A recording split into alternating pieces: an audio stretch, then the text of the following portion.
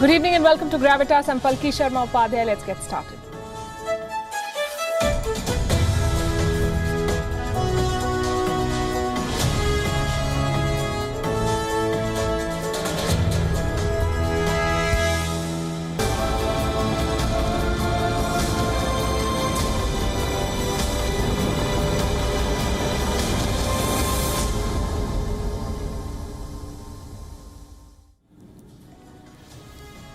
Is China cooking another pandemic? I don't want to be sensational, but one cannot help feeling worked up when China reports that another virus has jumped to humans. This one is bird flu, a new kind of bird flu, a virus that has jumped from poultry to humans. The world's first ever case has been reported in China. Who is this man? What is he suffering? How serious is his condition? And what does China say about this latest outbreak? The information is patchy, but we are going to get you whatever we could find today.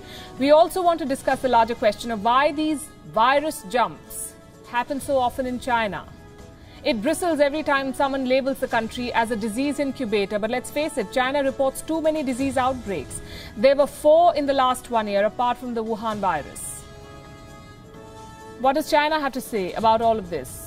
How should the world see this latest case? On Gravitas tonight, we'll discuss. Also on the show, good news from India. New cases are steadily falling. Bad news, children are still vulnerable.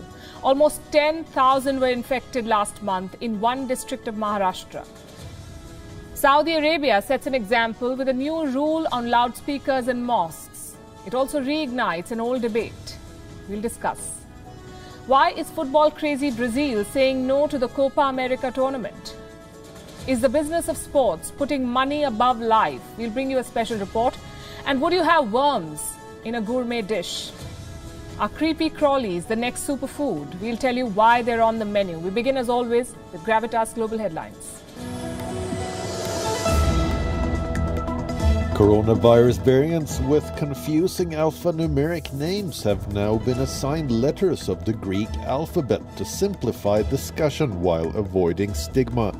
The World Health Organization reveals new names of the variants first identified in the UK, South Africa, Brazil and India as Alpha, Beta, Gamma and Delta respectively. Dominica's opposition leader Lennox Linton has slammed the government of Prime Minister Roosevelt Skerritt for not being forthcoming regarding Mehul Chokshi. In an exclusive interview to WION, Linton accused the government of keeping information about the fugitive Indian businessman under wraps.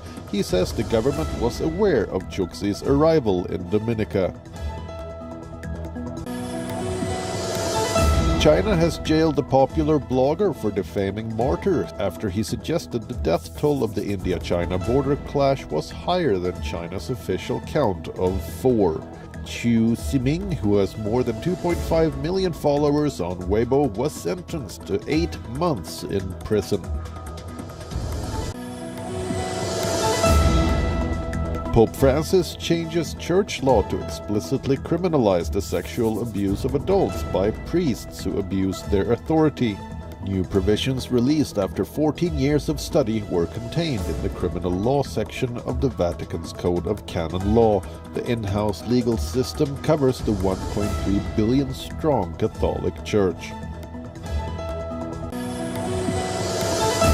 The International Atomic Energy Agency said that Iran has enriched uranium stockpiles 16 times over the deal limit. This even as the country's foreign ministry said it has made significant progress during the Vienna talks on reviving the 2015 nuclear deal. The IAEA is concerned over Iran's undeclared sites where nuclear activity may have taken place.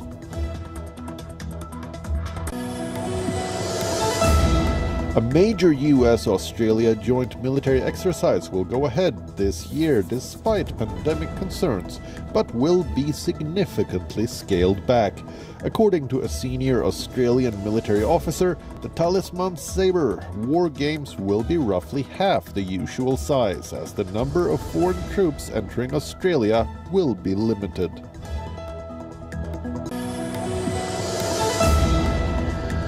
A senior Hamas official has said Israel must halt its aggregation in both the Gaza Strip and Jerusalem. This as Egypt's intelligence chief met the militant group's leaders at the coastal enclave to try to bolster a ceasefire between Hamas and Israel. Sri Lanka faces the worst environmental disaster in its history after a cargo ship carrying chemicals caught fire off its coast, spilling microplastics across beaches and killing marine life. This fire on the MV Express Pearl broke out on the 20th of May and has been finally extinguished after 13 days. Japanese tennis star Naomi Osaka has withdrawn from the French Open following the controversy around her refusal to speak to the media for mental health reasons. The four-time Grand Slam champion also revealed that she has been struggling with depression and anxiety since winning her first major at the 2018 US Open, and that she will be taking a break from tennis. Many leading figures in the sport have rallied around Osaka and offered her their support. Olympic badminton champion Carolina Marin will not be able to defend her title at this summer's Tokyo Olympics due to injury. The 27-year-old Spaniard has confirmed that she has torn the anterior cruciate ligament of her left knee in training and will be undergoing surgery later this week. ACL injuries typically require around 6 months to heal, meaning one of the favorites for the gold will miss the Olympics altogether.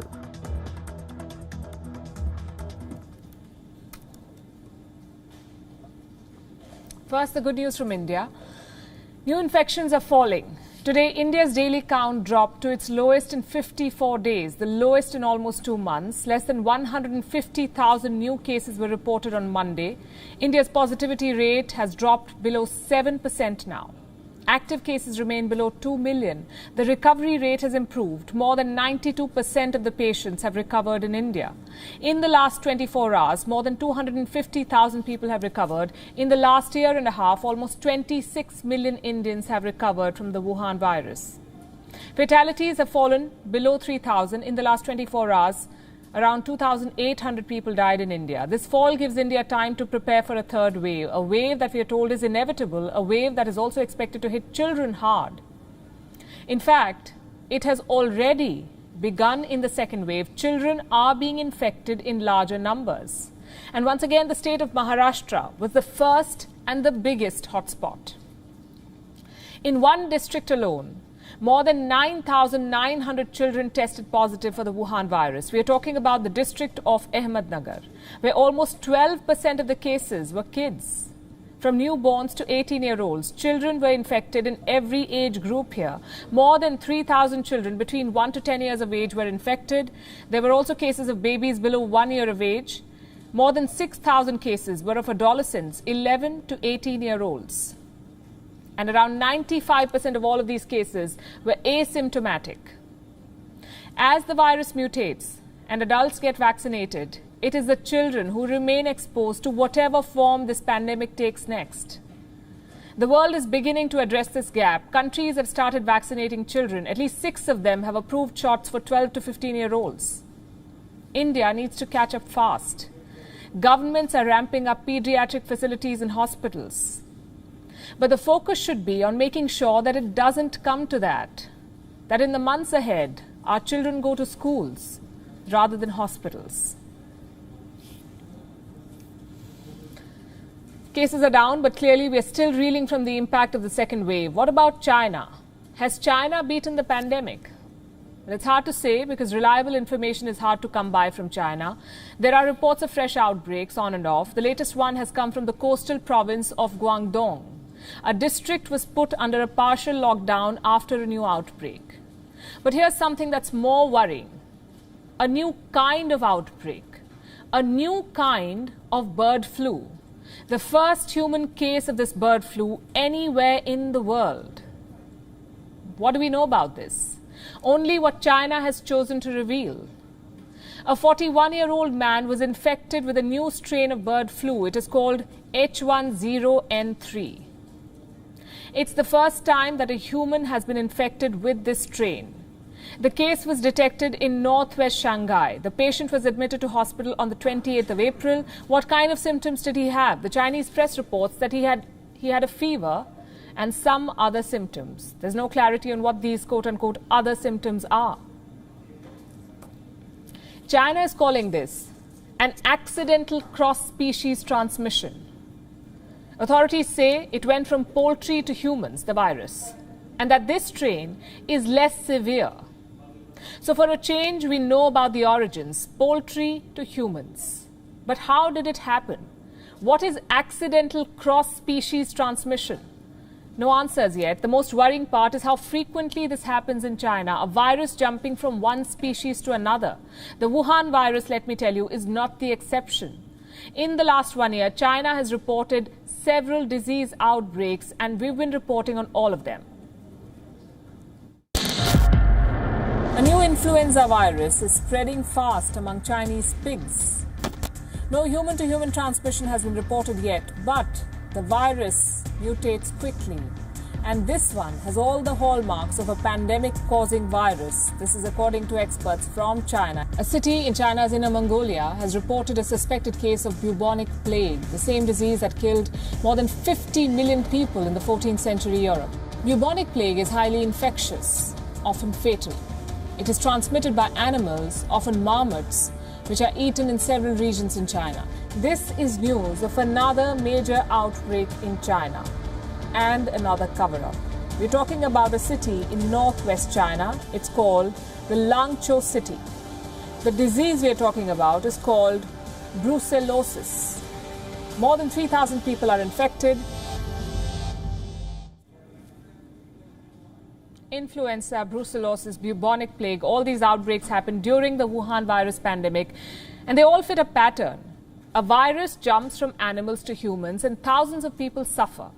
And now we have a new strain of bird flu, a new virus jumping from poultry to humans. As always, Chinese officials are playing down the outbreak. They say the strain does not spread from one human to another.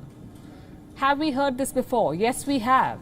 China said the exact same thing about the Wuhan virus. It does not spread from one human to another. And look where we are today, socially distancing and masking, locked down and isolated, because the virus does indeed spread from one human to another. And we fervently hope that China is right this time and that the outbreak is nothing to worry about. But we are wary of believing what Chinese authorities say. By the way, China is also the original source of the bird flu. In 1997, right after it took over Hong Kong, the city was hit by a bird flu outbreak. Back then, it was called the H5N1 virus.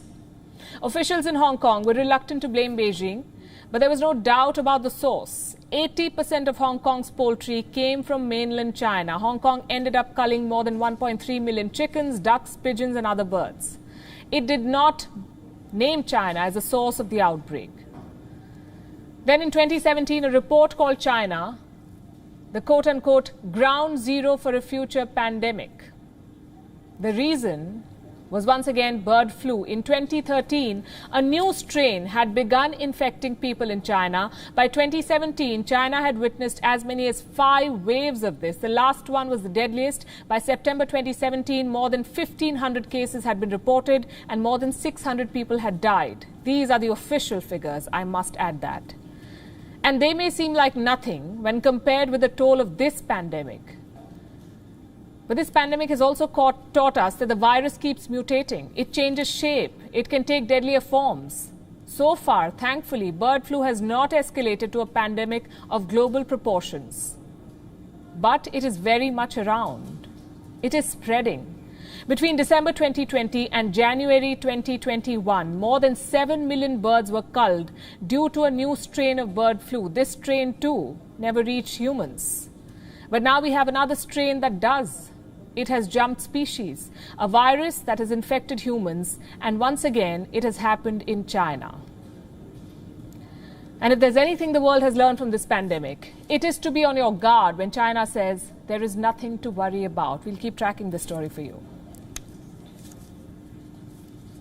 Yesterday, we told you how Twitter has restricted our story on abortion.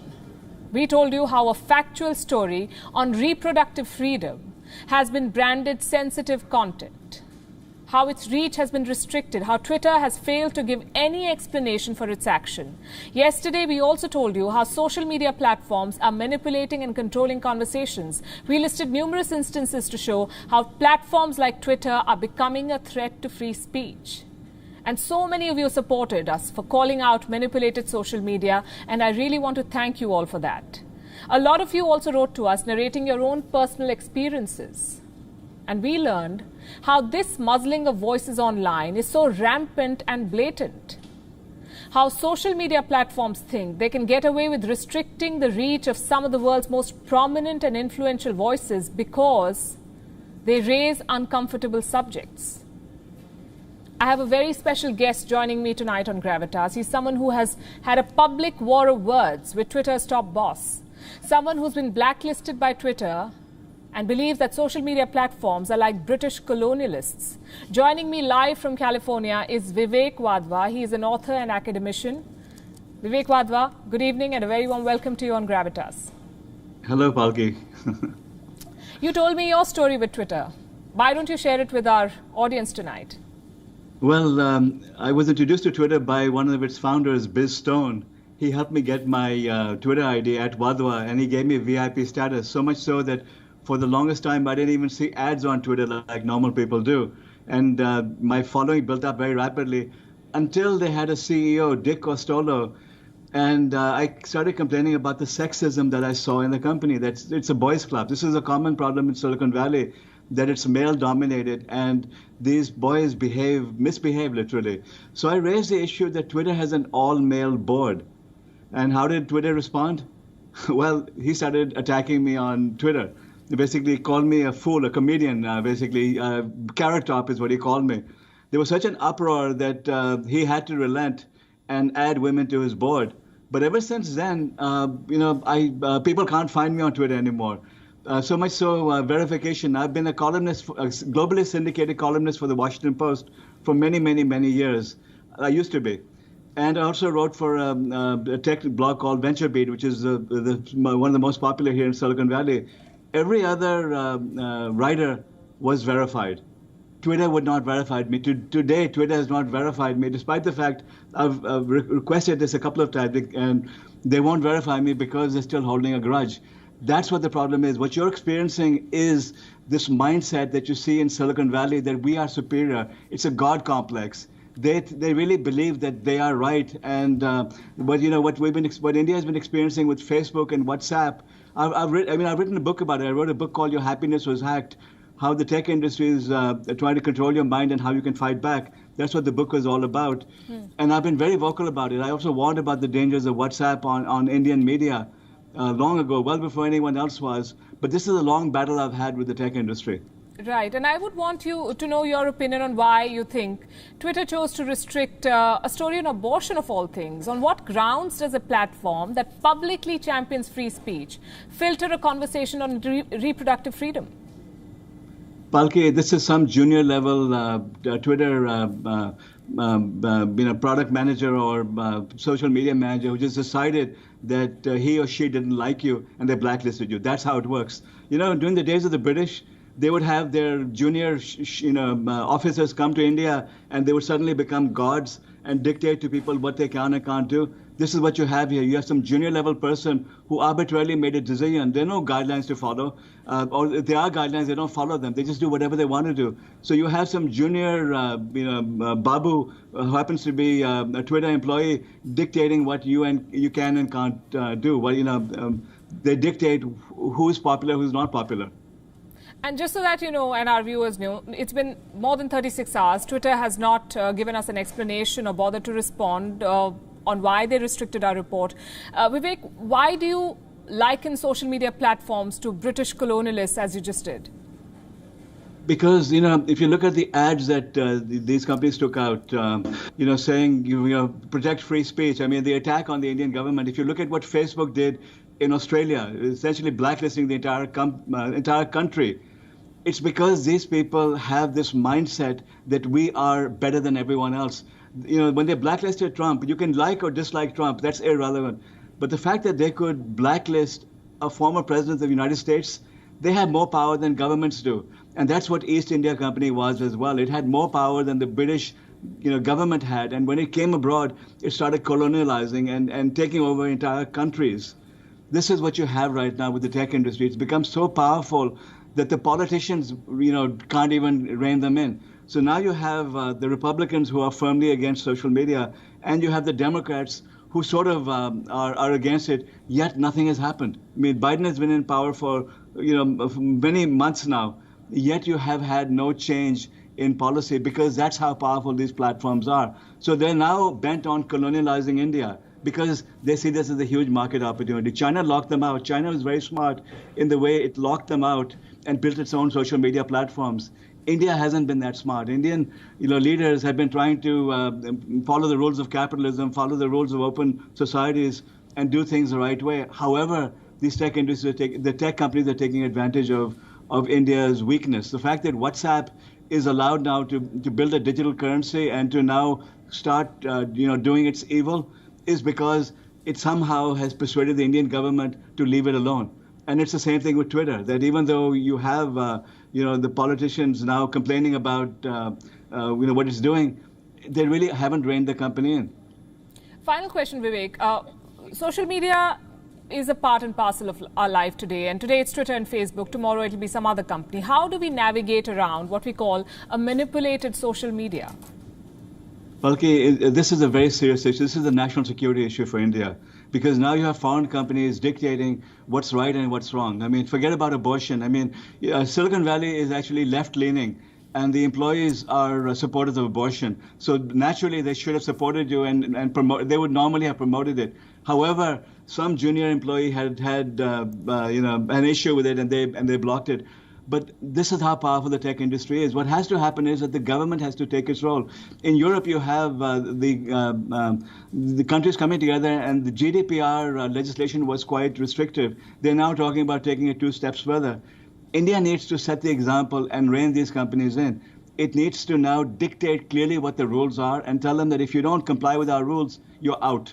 It's not for you to decide what's right and what's wrong. It's not for you to decide what our values should be and who we should consider to be breaking the rules or not. The rules are not for you to set. The rules are for us to set. It's our society, it's our values, it's our morals, and we decide what they are. If our government does something you don't like, then it's for the public to throw us out. We're a democracy. And the way democracies work is that if the public are not happy with us, they throw us out of power. So if Indians don't like, what its leaders are saying, they should be booted out of power. It's not for you, Twitter or Facebook, to tell us what we should believe in, what we shouldn't believe in, what is free speech and what is not free speech. So the government has to now step up and do its job. Indeed. Vivek Wadhwa, thanks very much. Appreciate your time and you sharing your thoughts with us. That was author and academician Vivek Wadhwa joining us live from California. Let's turn to Saudi Arabia. It has decided to restrict the volume of loudspeakers at mosques. This decision has been met with both applause and resentment. A high decibel debate has begun. Questions are being asked on why Saudi Arabia, of all countries, has taken such a step. Let's try to understand. First, the facts of the case. The Islamic Affairs Ministry of Saudi Arabia passed an order last week on the use of loudspeakers at mosques. This order states 2 main things. Number 1, that loudspeakers at mosques should be set at no more than 1/3 of their maximum volume.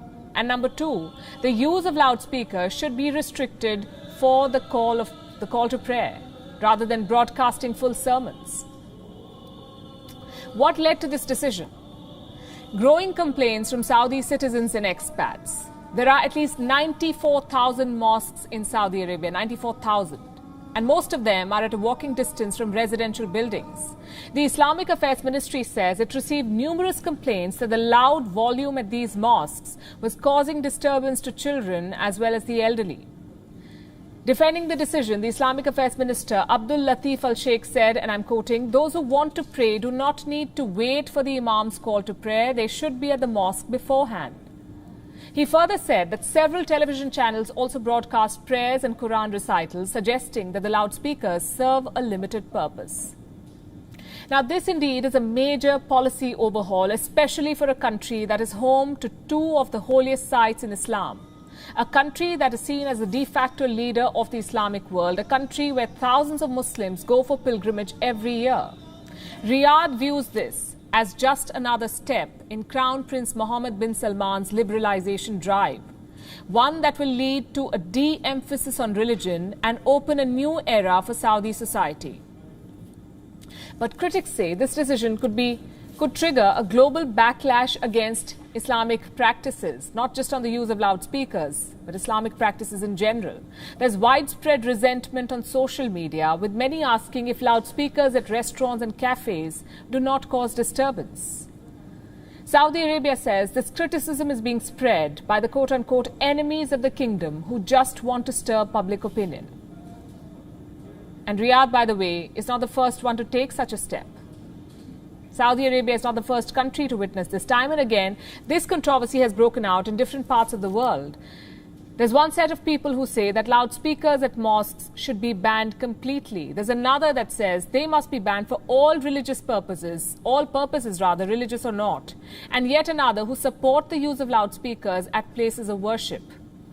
And we've all seen how this debate plays out. But what is the official stance of countries around the world? We have some examples for you tonight. In 2005, Dubai's Department of Islamic Affairs banned loudspeakers for daily prayers. They permitted its use only for a call to prayer, Friday sermons and festivals. Same story in Indonesia. In 2015, the country's Religious Affairs Ministry issued a circular which put a limit on the volume of loudspeakers and restricted their use only for the azan. Indonesia has the highest number of Muslims in the world. In Nigeria, there was a full-fledged crackdown on noisy churches and mosques in 2019, and this happened primarily in Lagos, where many religious places were shut and many others were forbidden from installing loudspeakers. Then we have Pakistan, where in 2015 the Punjab government passed an ordinance to regulate the use of loudspeakers. Under this ordinance, only one loudspeaker was permitted at a mosque, and that too only for the azan. And in India, we've seen numerous complaints being filed against loudspeakers at mosques. In recent years, we've seen a lot of this controversy also play out. But what does the law say? Well, there's no official consensus, really. In 2017, the Madras High Court observed that freedom of religion was a fundamental right and it cannot be interfered with. But the court also stressed that mosques must follow Supreme Court guidelines on the volume of loudspeakers. Then in May 2020, the Allahabad High Court held that the azan could be recited from the minarets of mosques without using any amplifying device. And just 2 months back, in March 2021, the Karnataka State Board of Waqf restricted mosques from using loudspeakers between 10 p.m. and 6 a.m. The bottom line is this: be it mosques, temples or churches, loudspeakers at any place of worship are not pleasing to the ears. And if one practice is regularly being called out as nuisance, if it is regularly being touted as something that infringes on somebody's personal space, it may be time for some reflection rather than resentment. Think about it. Meanwhile, the world's oldest football tournament has triggered a controversy, the Copa America 2021. It features the footballing nations of South America, the land of Pele, Maradona, and of course Lionel Messi. You would expect the people to be thrilled, but they're not. South America is battling on two fronts, one against the Wuhan virus and the second against political instability. Not the perfect time for a football carnival. And it's not just the Copa America. All big-ticket sporting events are going ahead as if the pandemic is behind us. Why can't organizing bodies cancel these events? Why do they put tournaments above human lives? Here's a report.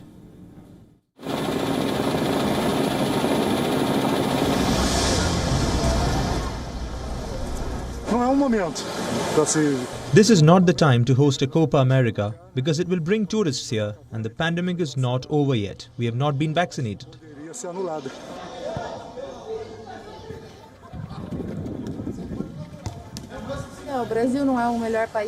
Brazil is not the best country to receive a lot of people because of the pandemic.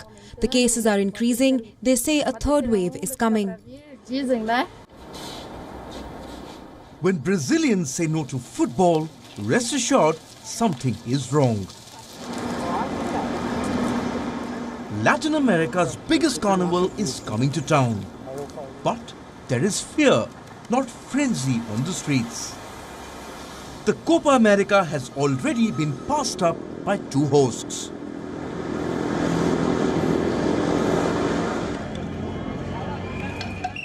Colombia, where the streets are crawling with cops and protesters.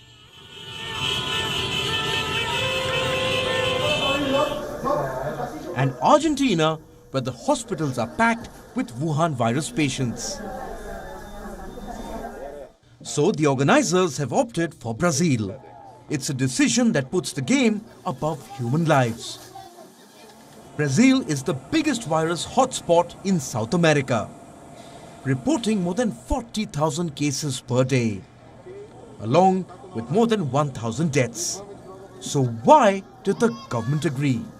Because this is precisely what President Jair Bolsonaro wanted.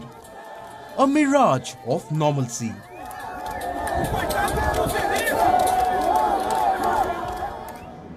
As for the organizers, it's all about the money. The Copa America is staged by the South American football body called CONMEBOL. 2020 was a bad year for them.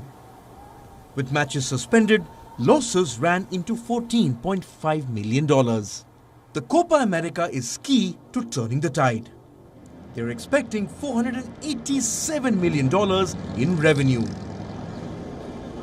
So, pandemic or protest, CONMEBOL wants kickoff come June 14th.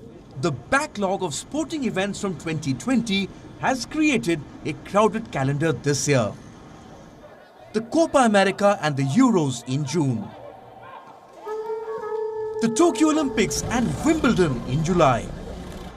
The suspended Indian Premier League in September-October, and then the T20 World Cup in November. It's great news for fans, but a distraction for governments. These tournaments are a melting pot of fans, fertile ground for the Wuhan virus to spread. But money trumps health concerns. Take the Olympics for instance. Japan has two options: stage the games and risk an outbreak, or cancel the games and lose $21 billion. The government wants the games. It's the same with the IPL. Indian cricket was set to lose $530 million. So the tournament was postponed, not cancelled. The organizers are in Dubai to plan the rest of the tournament. What's happening is this. The business of sports has become its worst enemy. Contracts and sponsorships are legally binding. Players are measured in euros and dollars, not their worth on the pitch. The result is a dichotomous world, where the lines for tickets and vaccines snake through the same streets. But only one of them actually needs to be there. Bureau Report, WION, World is One.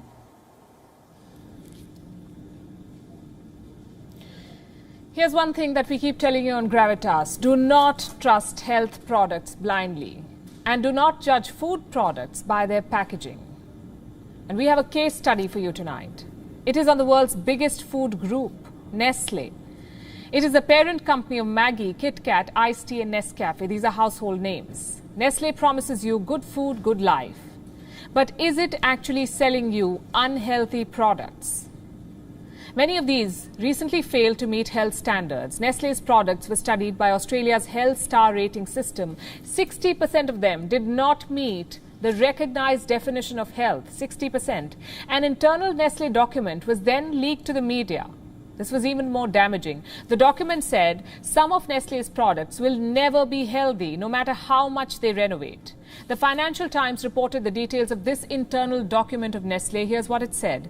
Only 37% of Nestle's food and beverages by revenue achieved a 3.5 health star rating. 70% of the food products, 70%, failed to meet that threshold, as did 96% of its beverages and 99% of its confectionery and ice cream. This assessment did not include infant food, pet food, coffee, instant formula, and specialized health food. Now, health food is a term that we have a big problem with. And we have told you repeatedly how the term health is abused and misused in advertising. Nestle, too, promises health and wellness. In fact, it is at the very heart of the company's campaign. Look at it. Nestle's pitch has been called out now. The company says it is looking at its entire portfolio, meaning its entire range of products, to ensure that they are meeting nutritional needs and supporting a balanced diet. Nestle India has issued a statement. And here it is. Nestle India believes that nutrition is a fundamental need and the food industry has a vital role to play in enabling healthier lives. Driven by our purpose, we are constantly striving to increase the nutrient profile of our products as well as innovate with new and nutritious offerings. So what does this mean for Nestle? It's a Swiss company and the Swiss group has been on a roll this pandemic. Nestle recorded the strongest quarter in a decade. Its sales are up 40%, courtesy home bakers and coffee drinkers. Its so-called health products also benefited with people stocking up vitamins and supplements. But this leaked report, this internal document, can now hamper Nestle's expansion into the health and wellness category. It also rains on the goodwill that Nestle has earned during the pandemic. The company claims to have given financial help and aid to more than 50 countries. You see, the last thing that a company needs is to be branded unhealthy at a time when healthy is the new and biggest sales pitch. So what does the leaked internal document mean for you and me? Are we staring at another ban on Nestle products? To answer this, we must take a closer look into the Swiss company.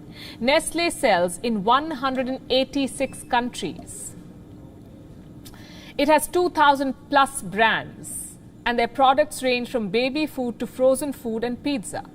The brands that scored the worst in the recent ratings include DiGiorno Croissant Crust Pizza, Hot Pockets Pepperoni Pizza, San Pellegrino Drink, and Nesquik. Now, if you're watching us from a country where these brands are available, then you must review your shopping cart before you check out.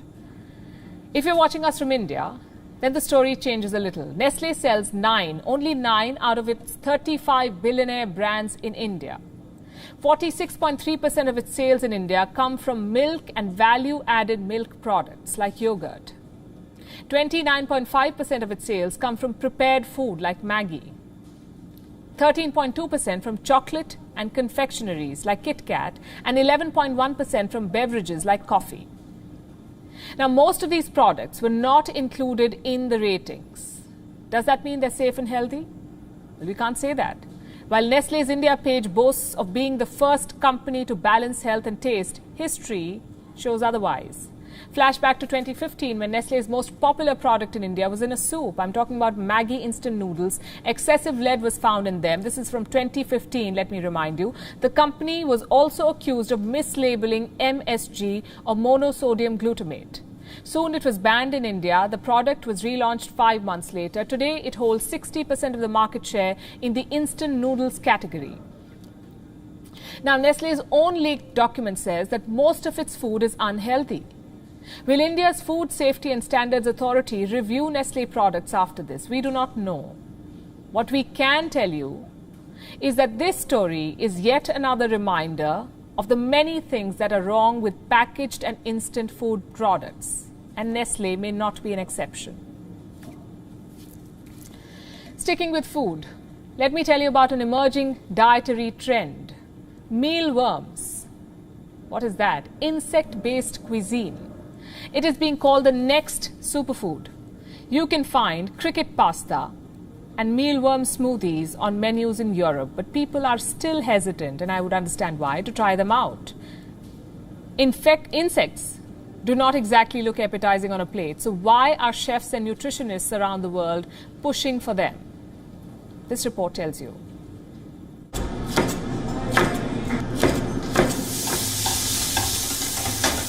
Modern-day gastronomy has a checklist.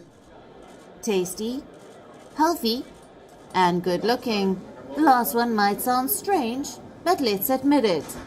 A dashing plate of food can make anyone feel famished.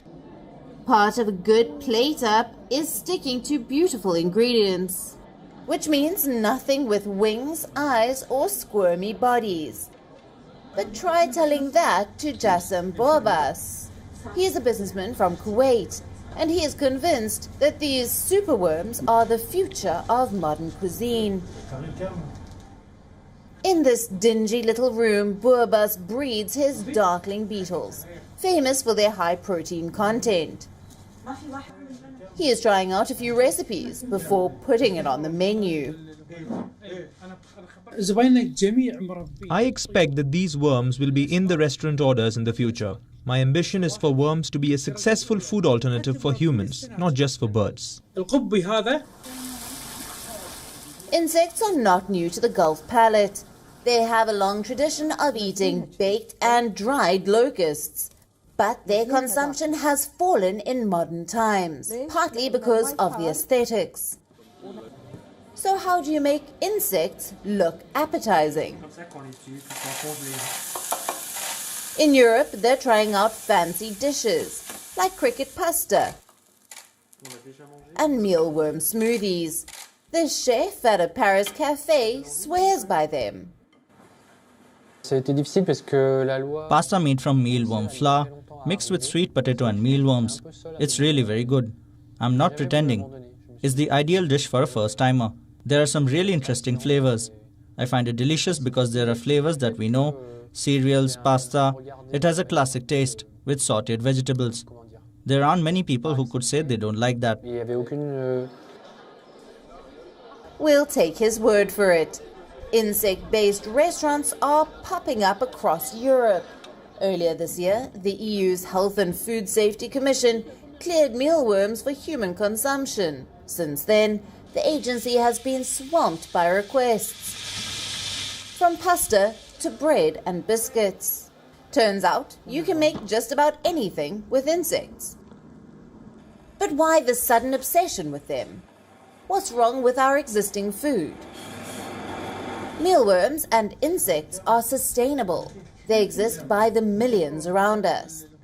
So breeding and consuming them puts less pressure on the environment, as opposed to, say, poultry farms. We have population growth. We have environmental pressure. The fact that there is a growing demand for proteins and so on. And in that context, insects can offer a really interesting alternative. Insects are healthy, they're nutritious, they offer minerals, vitamins, fat, and therefore they can really help us with the switch to a more sustainable and healthy diet and food system. Regulation is catching up with this new craze, but unlike veganism or gluten-free diet, this will take a lot more convincing. The challenge is twofold. First, removing the gross factor, and second, making insects look tasty. A good start might be naming these dishes differently. After all, chocolate-coated grasshopper isn't exactly making anyone drool. Bureau Report, WION, World is One. Cultural genocide. What comes to your mind when you hear these two words? I'm sure most of you would think of Nazi Germany and the Jews, or China and the Uyghurs, or Myanmar and the Rohingyas. What about Canada, the beacon of multiculturalism? Why don't we ever think of Canada? This is a country where a cultural genocide of indigenous population went on till the 1990s, where indigenous children were separated from their families and subjected to forced assimilation at residential schools. Do you know how many children died in this genocide? 6,000. What's the proof, you may ask? And we will tell you about mass graves that continue to be unearthed to this day. The latest case is from British Columbia, where the remains of 215 children have been discovered buried on the grounds of a former indigenous school. 215 children, some of them as young as 3 years old. It's a heartbreaking discovery, and a grim reminder of Canada's shameful history. Who were these children? Who operated the school? And where does the accountability lie? With the Canadian government or the Catholic Church? Our next report explores. This is the Kamloops Indian Residential School in British Columbia. On the exterior, it looks like any other school. But it operated like a re-education camp for Indigenous children. The horrors that unfolded within its walls have been documented in several reports. The first proof has emerged 4 decades later. The remains of 215 children have been found buried on the school's grounds. They were discovered with the help of a ground-penetrating radar device. The discovery has confirmed that the school was the site of a cultural genocide. Authorities say more bodies may be found in the days to come. What I've heard from many of them is the fact that, the ones that they know were missing and never came back were told that they ran away. So that still haunts. And, a lot of those triggers have popped up with this year find of 215 children. Tributes are pouring in at the school's gates. Mourners are holding vigils in the honor of the dead. They say Canada must excavate Indigenous schools across the country to discover the extent of the trauma and to give closure to the families who were told that their children had run away. Certainly no surprise at all. Everybody in the First Nations community knew that there were mass graves. We've been calling it for years. We've been telling the government for years that there are mass graves in every single residential school, but they didn't listen to us. Back in Canada's capital, Ottawa, all flags on federal buildings are flying at half-mast, including the Peace Tower flag above the Canadian Parliament. The Prime Minister of Canada says the news breaks his heart. He says the discovery is a painful reminder of Canada's dark history. But Canadian lawmakers say expressing remorse won't be enough. They want the government to pay damages to the families who had suffered. Kamloops was just one of the many state-funded Christian schools, operated jointly by the Canadian government and the Catholic Church. The job of these schools was to assimilate Indigenous children by converting them to Christianity and not allowing them to speak native languages. This was often done through verbal and physical abuse. An inquiry commission report into the matter found that 150,000 Aboriginal children were separated from their families, and nearly 6,000 children were killed in this cultural genocide. In 2008, the Canadian government apologized in Parliament for these crimes. Infamously said to kill the Indian in the child. Today we recognize that this policy of assimilation was wrong, has caused great harm, and has no place in our country. Then, in 2018, the Catholic Church was asked for a formal apology, but the request was rejected by Pope Francis himself, who worried that an apology may invite potential damages too. Bureau Report, WION. World is One.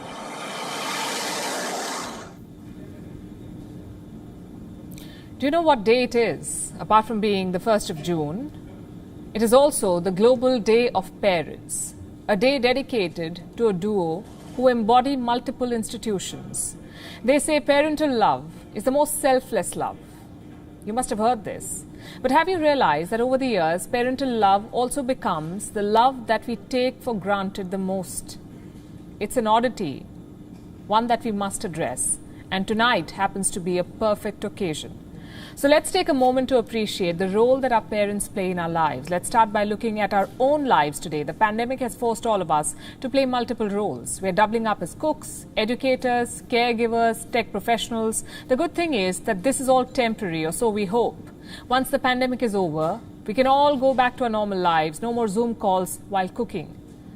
But when it comes to our parents, their entire lives are spent and will be spent playing multiple roles. From the moment a child is born, parents become the primary caregivers. By default, they slowly don a teacher's hat. They become mentors, a child's first set of friends, and ATMs start with pocket money and there's no looking back.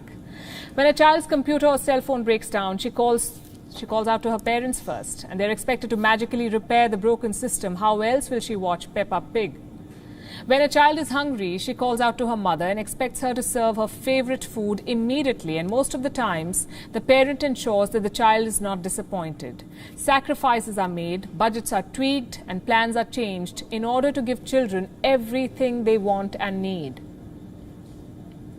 But we soon forget all of this. Our relationship with our parents changes with age. Sometime around the teens, it is perhaps the most bitter. We start prioritizing our friends over parents. We start finding faults in them, with the family. And with age, we also start taking the sacrifice of our parents for granted. It's one of the many things wrong with our world today. We overlook our parents' struggle. We abandon elderly parents. We are too busy to respond to missed calls from them. And all of these are bitter facts. Here's what else is. Parenting is a two-way street. And for it to be successful and harmonious, parents too must be open to changing with the times. For example, they must acknowledge mental health problems. It is one of the biggest issues among teens and young adults today. Parents must also respect a child's choices, be it educational, ideological, religious, or personal. Parents must respect boundaries, be open to learning. The last 1 year has snatched many parents from their children. In India alone, more than 9,000 children have either been orphaned or abandoned because of the pandemic. The last 1 year has also taught us one thing. We should tell people how we feel about them while they're around. Instead of pouring your heart out in condolence messages on social media once they're gone, talk to them while they're with you. So this Global Parents' Day, let's skip social media posts, pick up our phones, call up your parents or children as the case may be, and tell them how much you love them. It's both easy and rewarding. Tell us how it went. We'll wrap the show. We'll leave you as always with Gravitas Images. Thanks very much for watching.